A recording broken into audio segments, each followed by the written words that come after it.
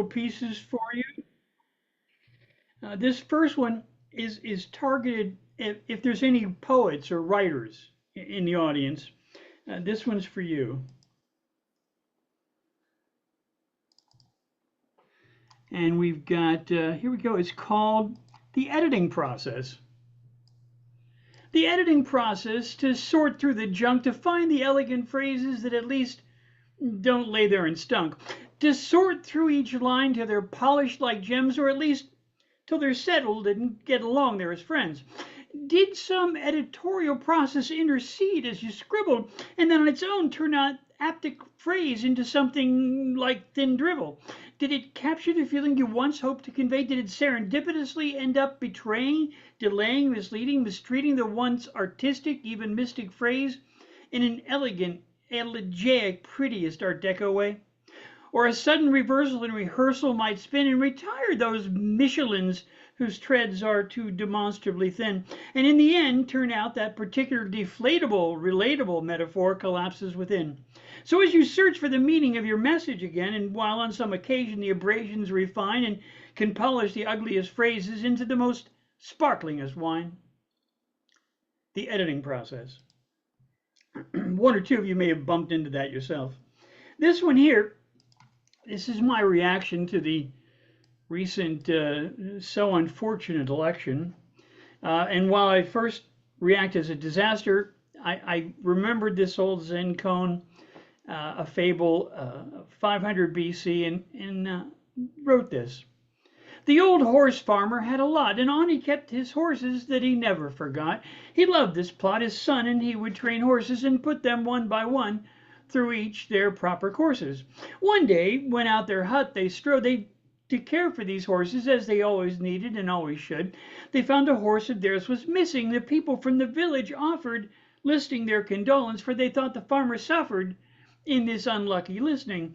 Too bad, so sad, they shared his misery, consoling him thus, this awful burthen you suffer thisly. 'Tis premature, the farmer said, I suffer, yet, come by later after supper, it's premature to count calamities, how each rich change is pregnant when rich with uncounted vanities. The villagers were puzzled, and they pondered the farmer's peculiar counsel, and wondered how he could reach such an answer. Later on in the week there appeared the missing horse and another together, and brought this new one near. Where there'd once been one lost, now there was two. What glorious, magnificent luck had come through! Villagers came by this time to celebrate, and yet the farmer made clear 'tis yet indeterminate.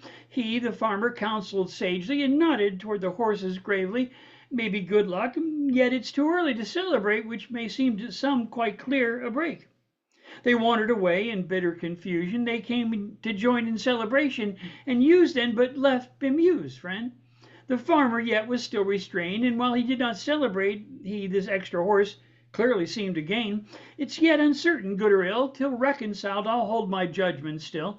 We see the pattern changed and rearranged, how this may work out, yet let us be restrained. Till we find out, let's refrain. His son, not content to hold these horses, nor let them wander until perhaps they find reverses, chose to train this new horse who joined the herd, and let it wander thus unretrained seemed to him absurd. So as he undertook to train this new mare, she threw him off on the stony, rough, and rocky trail. At last, for shame, the villagers worried. How sad it is your own son's storied training skills could not break the young mare's will, and now, alas, his own leg's broken. 'Tis harsh justice, yet the gods have spoken. It's too early, the farmer stated. 'Tis far better that restrained. Let us wait and remain unbaited. We should neither proclaim our woes related, nor celebrate as we our fate therein remains uncertain and untreated. It's true my boy has a broken leg, yet far from certain what burdens and sadness there must be from therein contained. Just then the chieftain of the village rode into the village and brings his men inside. He needs his army ready for war. They're rounding up young men to add to the force. If my son was well, he'd be off to war. What terrible battling war would be for him in store. As it is, since his leg is broken, he cannot ride.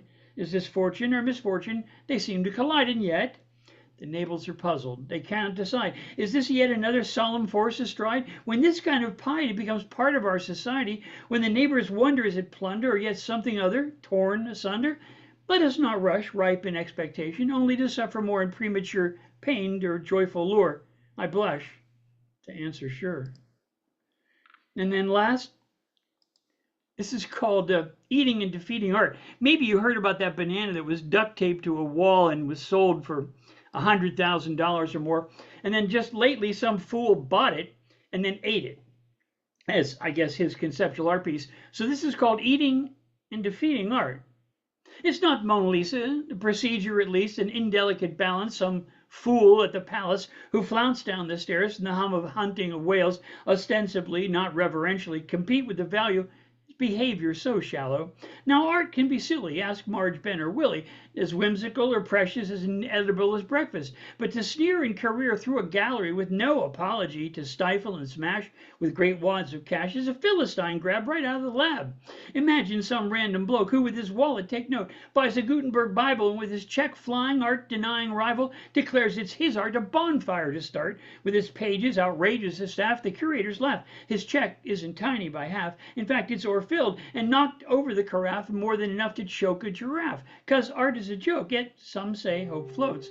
And the statue of Lucy Ann, when Tyrannosaurus, loosely translated into rubles, is mismeasured at last by some Philistine's cash, a tin air for value, his judgment just fallow, untimely value just trash, tossing out some Ming vase that just goes smash, 'cause some toady floats in with a boatload of cash. With some $10 million hammer wielded by some bloke with a credit card jammer, reduces it all 'cause he's infused. Bulbs flashing, the cameras recall his every act. As a matter of fact, his own worth sullied the losses and tosses it out of the church. When he eats the banana and pockets the tape, it's just a mistake, 'cause art is a dream. Don't confuse and use it for some ego-ass dream. Yes, our mutt's urinal was a seminal move, and it was a part of something called the found art remove, but it's still in art's groove. Cash may be speech, but if you ask Archie Leach, it may yet be a mistake to ask after her haircut. The case was shut on Veronica Lake. Thank you.